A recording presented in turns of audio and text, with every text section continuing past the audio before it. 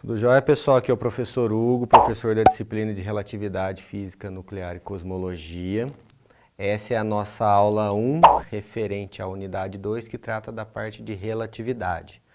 Os tópicos que a gente vai trabalhar aqui são os postulados da relatividade, os dois postulados, a simultaneidade, dilatação do tempo e contração do comprimento. Então, quais são os postulados da relatividade?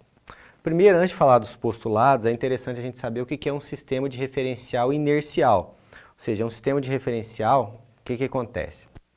É um sistema onde não tem aceleração, isso implica também em velocidade constante. Ou seja, velocidade constante e, consequentemente, não tem aceleração. Porque a gente sabe que a aceleração é a variação da velocidade em relação ao tempo. Então, um sistema de referencial é isso, né? Não tem velocidade constante e não possui aceleração. Então, o primeiro postulado é que as leis da mecânica e do eletromagnetismo são as mesmas para todos os referenciais inerciais. Como é que a gente vê isso nesse desenho aqui de uma pessoa trafegando num vagão de um trilho de trem, de um trem, né, sobre um trilho. A pessoa está aqui dentro do vagão e esse vagão está se deslocando com uma velocidade, né, em relação aos trilhos. Então, tanto a pessoa quanto o vagão estão se deslocando a uma determinada velocidade em relação aos trilhos. Por que que as leis da mecânica e do eletromagnetismo são aplicadas nessa situação?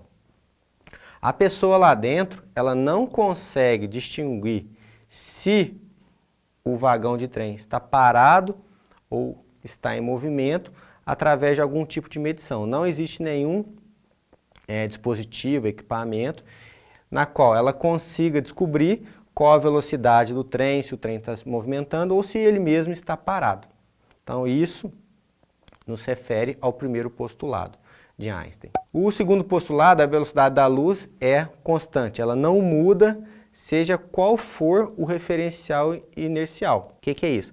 A velocidade da luz, né, que é a maior velocidade que existe, 3 vezes 10 a oitava metros por segundo, tanto para uma pessoa observando lá de fora, ou para uma pessoa aqui dentro do vagão, que é interessante que a gente observe que, se ela emitir um feixe de luz com velocidade da luz, né, c, e ela refletir no espelho, essa velocidade da luz, né, vai ser a mesma, independentemente da velocidade na qual, né, o trem, porventura, esteja se movimentando. Então esse é o segundo postulado, que a velocidade da luz ela não vai se alterar, qualquer que seja o referencial, né, qualquer que seja a situação. Simultaneidade. O que é simultaneidade? É quando dois eventos eles acontecem ao mesmo tempo. Certo? Só que olha só, dois eventos simultâneos e um referencial inercial, eles não necessariamente são simultâneos. Por quê? Se ele estiver no mesmo referencial, ele é simultâneo. Mas em referenciais diferentes, ele não necessariamente é simultâneo. A explicação está no exemplo aqui, que Einstein usou para explicar o que acontece. Você tem duas nuvens aqui, né, um ponto A e um ponto B. Então aqui tem um raio, que vai emitir um clarão, né, a luz se propagando, e aqui no ponto B é a mesma coisa, um raio que vai emitir luz, que vai se propagar. Aí dois referenciais. O X, que é uma pessoa que está fora, né, está afastada, e o Y, uma pessoa ali dentro do trem. Esse trem está se movendo com uma determinada velocidade. Então, o que acontece? Para a pessoa X, os dois raios caem ao mesmo tempo, simultâneos. Ele vai enxergar esse e esse ao mesmo tempo, porque estão a uma mesma distância dele. Já a pessoa Y, no referencial dentro do trem, que se move a uma determinada velocidade, o que vai acontecer? Como o trem se move a uma determinada velocidade, ele vai se aproximando, né, de onde aconteceu o clarão do B. Ou seja, independentemente da velocidade, ele vai enxergar o clarão B um pouco antes do clarão A. Aí se a gente levar isso para uma situação, né, hipotética, uma situação quase que absurda, o trem, se ele se movimentar a uma velocidade próxima da luz, é um negócio que não pode acontecer. O que acontece? Ele vai enxergar o clarão do B tão rápido que ele vai enxergar o B, ainda vai ter tempo de se virar e olhar para enxergar o clarão A. Por quê? a velocidade do trem for muito rápida, ele enxerga que ele vai se aproximar, a distância aqui vai ser menor, vai enxergar primeiro, depois ele vai enxergar o outro, porque o outro vai percorrer uma distância muito maior, vai levar mais tempo. Então, dois eventos que acontecem ao mesmo tempo, eles são simultâneos para a pessoa X, nesse referencial, e não são simultâneos para a pessoa Y, porque ela está em um outro referencial. Então, continuando. Consequência, né, desse segundo postulado. São duas consequências que a gente vai ver, a dilatação do tempo e a contração da distância. Primeiro, a dilatação do tempo. Aí, o que acontece? Para que a gente entenda como é que isso funciona, são dois referenciais. Vejam só, uma pessoa dentro de uma espaçonave, né, viajando a uma determinada velocidade, né, e uma pessoa fora, né, um astronauta dentro da nave e uma pessoa fora, a chamada Ana Lúcia aqui. Então aqui o referencial S', aqui o referencial S. Então o que é essa dilatação do tempo? Ou seja, o tempo parece que vai demorar mais para a pessoa que está no referencial de fora, né, para a Ana Lúcia. Então o que acontece? O astronauta, se ele coloca um espelho no teto da nave, para ele emite um feixe de luz, o feixe bate e volta, ele mede o tempo, né? Refletiu, velocidade da luz, ele tem um tempo lá, ΔT'. E a Ana Lúcia, ela observando isso acontecer, supondo que a nave, né, trafega a uma velocidade relativamente alta. O que ela vai enxergar? Na hora que o feixe foi emitido, ela vai enxergar esse feixe indo um pouquinho para frente e continuando, fazendo como se fosse um triângulo. Ou seja, ele vai demorar, ele vai percorrer um caminho maior. Se a velocidade é a mesma, a velocidade da luz, do segundo postulado, que ela independe do referencial, ou seja, ela vai demorar um pouquinho mais de tempo. Vejam só, tudo isso que eu falei está escrito aqui. O astronauta registra um ΔT, e aqui o outro referencial, Ana Lúcia, o feixe de luz vai percorrer um caminho maior, então ela vai medir um ΔT maior do que o do astronauta, ou seja, dependendo do referencial, né, o tempo vai mudar. No caso, aqui 1 e aqui vai ser um tempo maior, ou seja, a dilatação do tempo.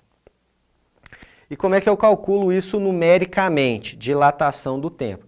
Essa formulação aqui, ó, ΔT é ΔT0 ou ΔT', dividido por raiz de 1 menos V dividido por C ao quadrado. Aí o que é cada um dos termos?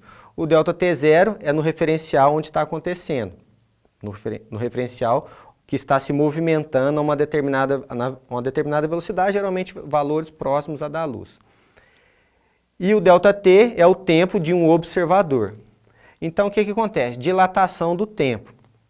Velocidade é a velocidade na qual o referencial estiver se movendo, e o C, velocidade da luz.